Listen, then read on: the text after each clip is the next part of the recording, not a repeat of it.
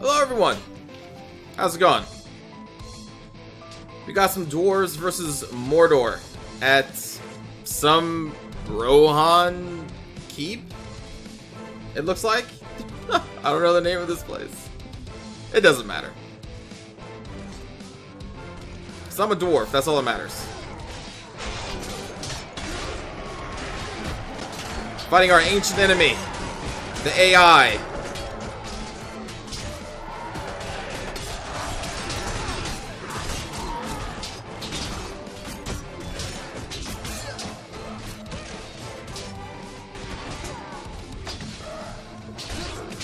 Bye-bye.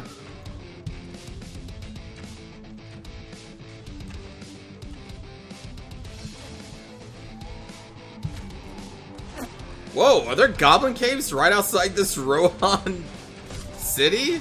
This seems like a bad place to build a town. I'm just putting that out there. Look, goblins are not good neighbors, I think, in almost any kind of world I can think of, especially not Lord of the Rings. Let's see, Final Fantasy. Yeah, goblins still evil there. And countless others. Like, goblins are never good, right? Well, I can't say never. There is bound to be some sort of fiction out there where it tells a story of goblins that are actually good and not evil. Like, it has to exist, right? Out of all of the books, out of all of the fictional worlds out there, the goblins are good people in one of them.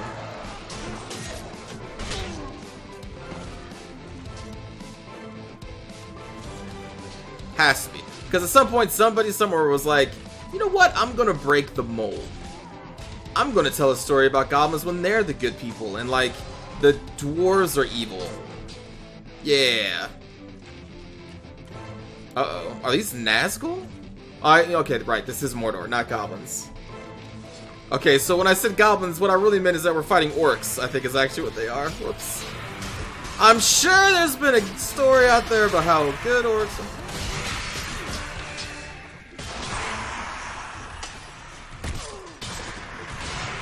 Did I just see a boss cleaver?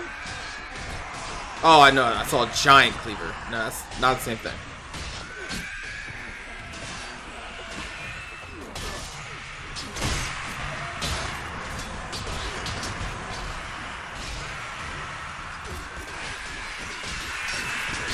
I don't remember dwarves fighting the Nazguls.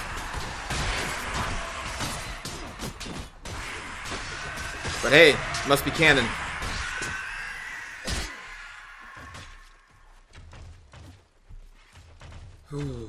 You know, I've not seen Lord of the Rings in quite some time. Because, like, the way I enjoy watching them is usually just in a marathon. I'll just pick a day when I'm like, you know what, I'm not going to do anything. I'm just going to have this lazy day when I watch Lord of the Rings. Because, you know what, it takes a day to watch Lord of the Rings. And I've never even done the, like, the prequel, not prequels. I shouldn't call them prequels, but the Hobbit trilogy. Like, I've never done the grand viewing of watching all Hobbit movies and then going to Lord of the Rings. Oh my gosh. That would take so long. And especially if you get like the special Uber director's cut where they add like 5 hours to the movies. Oh my god. Can you imagine? I'm sure someone's done it. Uh-oh.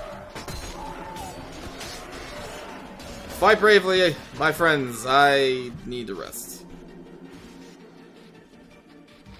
And then what if you watched all the special features? Oh my god. I will say though, I remember I did buy the super duper uber director's version cut special editions of the original movies. And the special features in the super duper uber director's cut special edition featurettes were really amazing. Like, they were very long. There's a lot to it. There's a lot of deleted scenes, a lot of they were really good. I didn't buy the uber duper super director's cut version edition specialness of the Hobbit movies, but I'm sure those are probably just as good, right? Probably.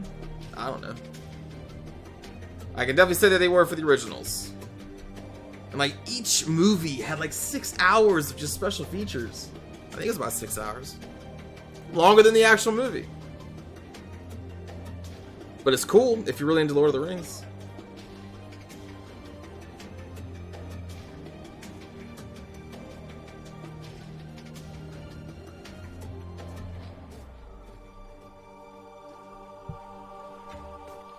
I remember seeing one special feature of the Hobbit movies. It was the first one, where John Rhys Davies, that's his name, right? The person who played Gimli, where he visited the set during the first Hobbit film, and he was just basically like, yeah, getting dressed up as a dwarf sucked. Like, it was really terrible. Like, that was basically the gist of it. He visited, it was like, being a dwarf was terrible. And it was for him. I remember hearing, I'm pretty sure these are on the original Lord of the Rings commentary tracks or something, about how much trouble he had with the makeup for Gimli, like how they had to change it after the first movie. Like, the first movie was just terrible for him. I think it got better later on in the second and third one, but I remember hearing about just how awful it was for him being a dwarf. It's like, just comes on the Hobbit movies like, yeah, look at all these dwarves. They probably had better makeup conditions than he did. Listen, he was a pioneer, okay? And still the best damn dwarf of the entire... Well, yeah, best damn dwarf of the entire lot. I'd say Oakenshield would be a second place. It would be Gimli, Oakenshield, and then who cares about the rest of them? No. Gimli, Oakenshield's like best friend. I don't know like any of their names besides Oakenshield and Gimli. He was the older one, like the advisor to his father or whatever. He was really cool. Who would be fourth? I should probably get inside. Also, hi. Oh.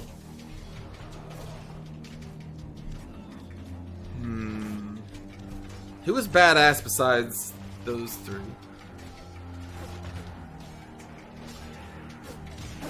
Oh, the dude with the well, okay.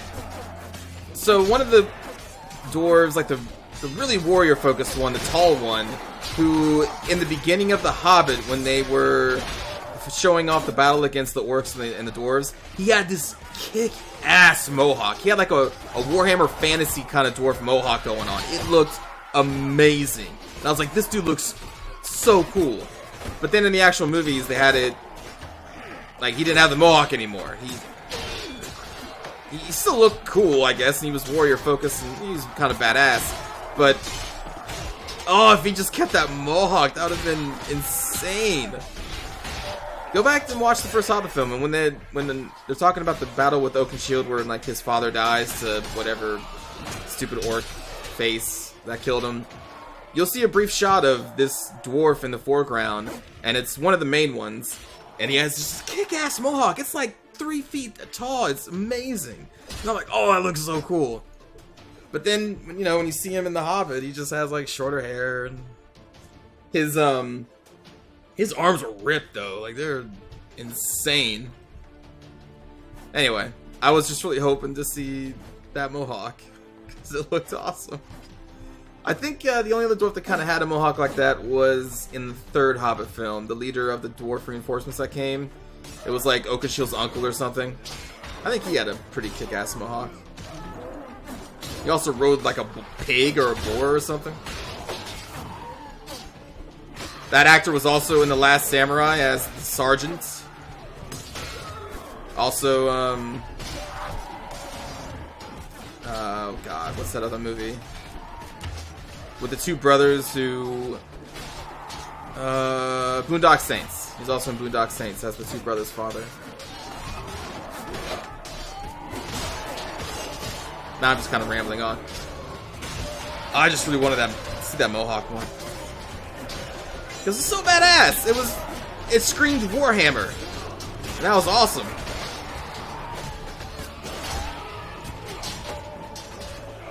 Anyway, we were scaling dwarves, right? Okay, so Gimli, Oakenshield, Advisor, the dude who had the mohawk, because at least he did have a mohawk at one point in their life, and it was cool. And then, I don't know, Gloin, even though he had like one line in the entire trilogy, but he was Gimli's father, so therefore I guess that gives him some points. Then maybe the two that look like they're basically humans, not dwarves at all. After that, I guess the one that got into the barrel and did that crazy thing in the second movie. who never spoke a word in the movies at all. That one, and then there's like another one. There's one that couldn't hear that well, maybe? I don't know.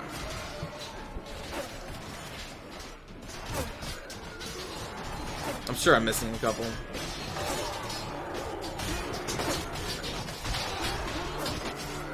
I did not give a one care about almost any of those characters. Because they never really developed them. It was just like, oh, here's this one, here's that one. I don't know, here's this one. Now this one's sick. Oh, wait, the one that got sick was one of the ones that looked like a human. That was actually one of the main ones. He fell in love with the elf lady. He was like, man, you just captured me, but I love you. That's what he said. He fell in love quick.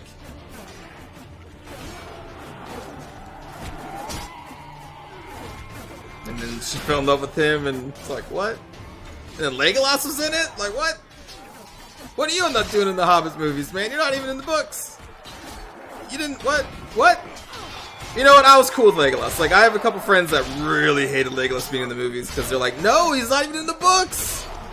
This is totally, like, fan service right here. And you know what? I was cool with it because the actor that plays Legolas, it doesn't matter what his name is, he matured as an actor, you know, over the past 10 years or so. And he had this real intensity in his eyes as he was playing Legolas, which kind of didn't make sense because he seemed very innocent in the original movies, but then he comes back, and the Hobbit movies take place before the Lord of the Rings, where he should maybe look even more innocent than he did originally, but now he looks like this grizzled warrior, like I said, with the intensities in his eyes, and he's just a murdering elf man, but it was cool. I appreciated it. He did some cool shit. More elf bullshit as he was running across the collapsing bridge. Like, what? That doesn't make... You're defying gravity. This is beyond elf bullshit. You're just straight up defying gravity. You're like, laws of physics don't apply to elves at all. Who cares about physics? Physics is stupid. That's like the elves' motto.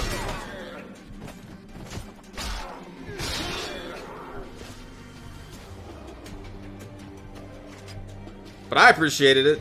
Because I was like, this is dumb. I like it. Whatever. Sure, he can jump off of falling bricks. Yeah, that's how this works.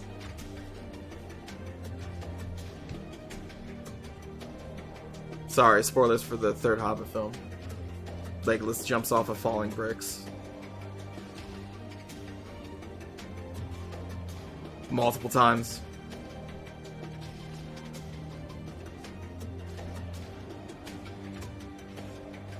Ooh, plus you get that badass scene with Gandalf, Elrond, and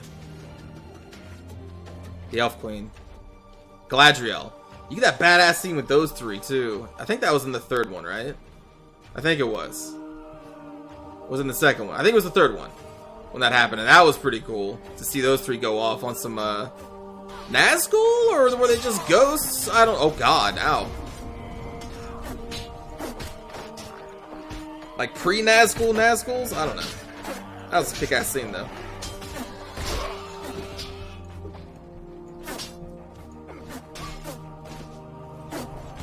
I can't even hit you, man.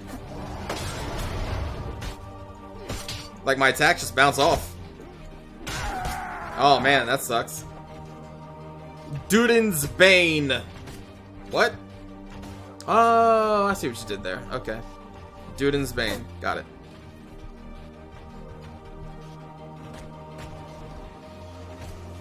Why call it a Balrog?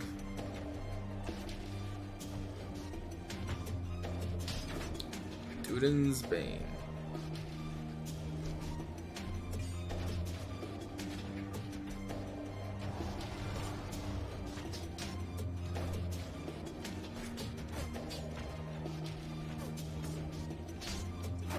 You know, that first Hobbit movie is not that great. The second one, better. The third one, it's alright. It's alright. It gets pretty silly. But I can appreciate it. It is at least pretty sweet to see the dwarves in a proper battle. You know, when they're all still alive. They have their formations, and it looks pretty badass. And then you get the elves in there. That's pretty cool. But look, the movie has issues. But yeah, like every movie does. Every movie does. I'm not that critical of a person in most cases, so I'm usually cool with some flaws.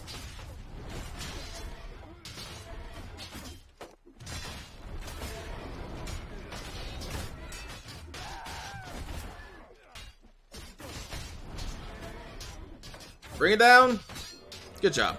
Alright, that is going to do it, I think, for this episode, everybody. I have talked about The Hobbit a lot. And I died, so I don't know why I'm still alive here, because I should technically be dead right now, right? Right? Also, this fire doesn't burn me. The sadness I feel about this. Thanks for watching, everybody. Watch The Hobbit. It's cool. First one, not so much, but you should still give at least one watch. Take care.